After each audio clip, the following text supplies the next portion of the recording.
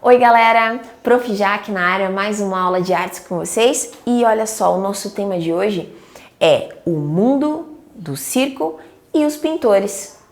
Sim, vamos falar hoje sobre os pintores nesse mundo do circo. Então, o circo ele é representado desde muito tempo por imagens, certo? A gente precisa reproduzir, divulgar esses espetáculos através de algumas imagens. E eu tenho aqui para vocês algumas dessas formas, né, e diferentes técnicas utilizadas para representar esse circo, né? Então a gente tem aqui, ó, através da fotografia, do desenho do giz de quadro, da pintura e do desenho digital, né? Sem falar que a gente tem também esses desenhos manuais e tudo mais. Eram confeccionados cartazes para fazer essa divulgação. Esses artistas, eles eram direcionados para fazer um cartaz de divulgação, para atrair esse público para esse circo, né? Vou até dar uma sugestão para vocês de uma atividade. Por que vocês não criam um desenho, né? Formem aí um cartaz de um espetáculo de circo. Você vai criar o nome desse circo, você vai criar o desenho que vai ser a marca desse circo e você vai desenhar ele. Você vai criar esse cartaz de divulgação de um espetáculo de circo, tá bom? Utiliza as informações que vocês têm, as referências que a gente vai lançar agora. É uma boa dica para fazer um trabalhinho aí individual em casa e se divertir. Como alguns grandes pintores viam o circo. Na pintura de Renoir, percebemos o uso de cores puras e pinceladas soltas, rompendo, né, com a forma das figuras e a definição dos seus contornos. Então, ó, se a gente dá uma analisada aqui, o nome dessa obra é Pierrot Branco, tá? Ela é de 1901 a 1902, então ela tem esse tempo, tinta a óleo, né? E está exposta no Instituto de Arte de Detroit, em Michigan, tá? Esse é um quadro que começa a dar margem, né? A dar uma entrada para as pinturas impressionistas, que são as pinturas que a gente vai falar agora. Sabe quando a gente olha para uma obra muito de perto e a gente pensa, meu Deus, que borrão, que coisa borrada, não estou entendendo, uma coisa meio borrada, estranha.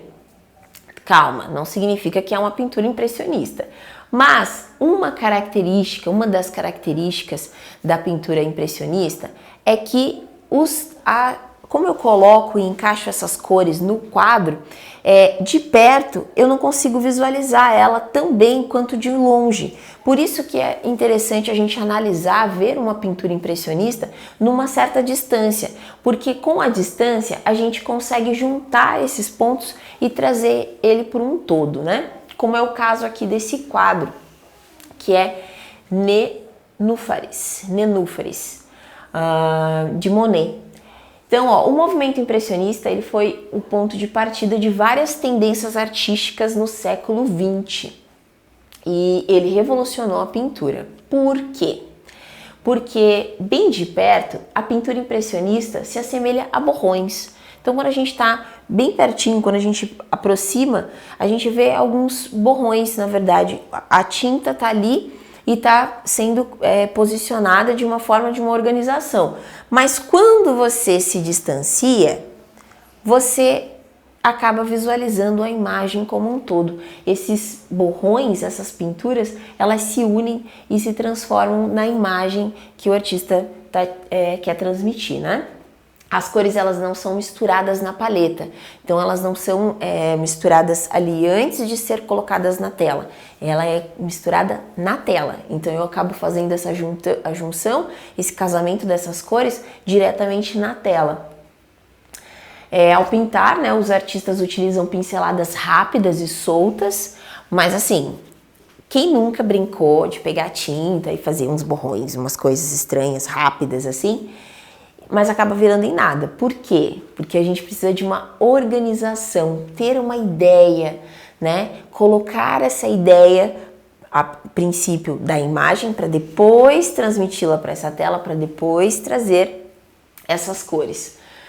e essa pintura, né? Então eles pintavam pequenas áreas de cores distintas para que os olhos do espectador as unissem. Então essa é a intenção, né, do artista impressionista, quando ele está criando uma obra. A intenção é que você interaja ao ponto de você conectar esses pontos, essas pinceladas e ver a imagem como um todo. É por isso, né, que um quadro impressionista ele deve ser visto de longe, pois de perto só vemos manchas de cores, igual acabei de comentar com vocês. Então a gente precisa ter ver de uma certa distância para conseguir unir essas cores. Então, se a gente observar bem de perto esse quadro, se a gente aproximar bem, a gente vai ver alguns borrões, né? Mas se a gente pega uma distância, a gente consegue identificar, a gente chega nessa intenção que as cores, elas se misturam de um modo que a impressão é de ver as formas e as cores. Então a gente tem a impressão mesmo de ver as formas e as flores na distância e não tão próximo. Próximo a gente não consegue unir essas ideias, né? Um dos princípios da técnica impressionista, isso aqui é bem legal, e a gente aprende lá quando a gente está na educação infantil, no Fundamental 1. A gente trabalha essa união das cores primárias para gerar as cores secundárias, tá? Então, um dos princípios da técnica impressionista é a identificação dos objetos com base nas luzes que incidem sobre elas. Para isso, por isso, o pintor ele combina as cores a fim de conseguir retratar a incidência dessa luz. Então ele faz essas combinações para que, com o contato com a luz, a gente consiga identificar essas cores. Para entender como isso acontece, a gente vai observar algumas informações, tá? Isso daqui é um círculo cromático, tá? Ele tem aqui no centro as 3 cores primárias que a gente aprende lá na escola, né? A gente aprende que as 3 cores primárias é o azul, o amarelo e o vermelho. Depois, com a junção dessas cores, a gente acaba surgindo as cores secundárias. Então, vamos ver se vocês lembram. O amarelo com o vermelho, o alaranjado. O amarelo com o azul, dá o verde. O vermelho com o azul, dá o violeta. Misturando essas 6 cores em um círculo cromático, podemos perceber que elas estão interligadas. Então, nesse círculo, a gente consegue fazer uma associação dessas cores, ó, e vão surgindo outras cores também. E a gente também, supostamente, quando a gente junta as 3 cores primárias, ela gera o preto. Supostamente que eu digo porque depende também um pouco da quantidade que você utiliza, para misturar. Às vezes, se você acentuar mais uma cor ou mais outra, ela acaba modificando.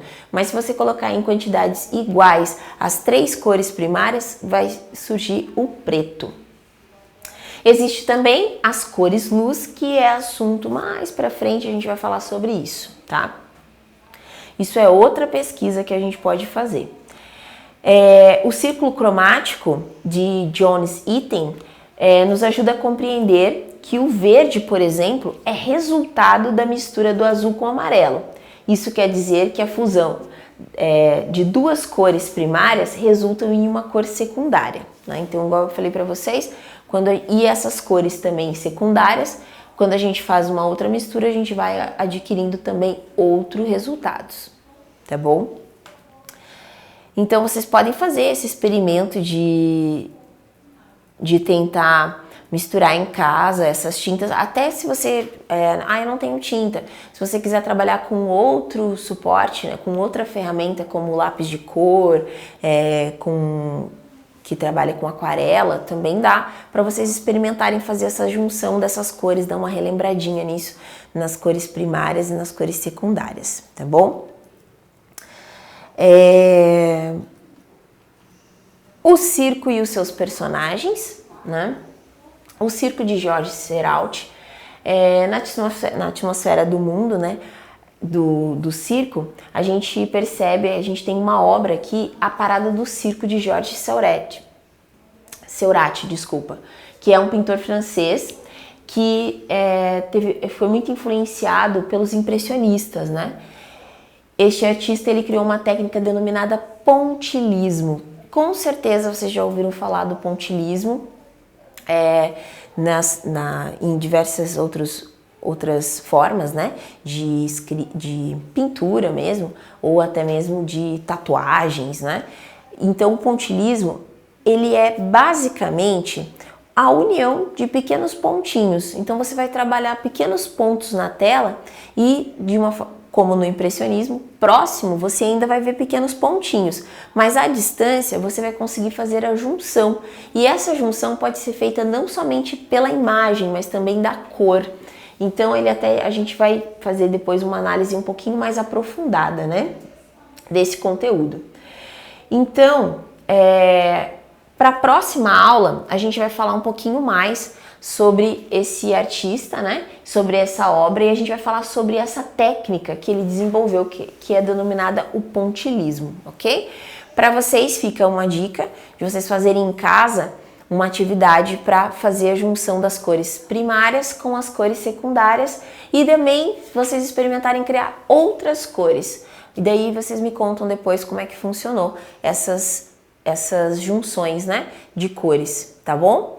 Muito obrigada pela aula de hoje, espero que vocês tenham gostado e até a próxima!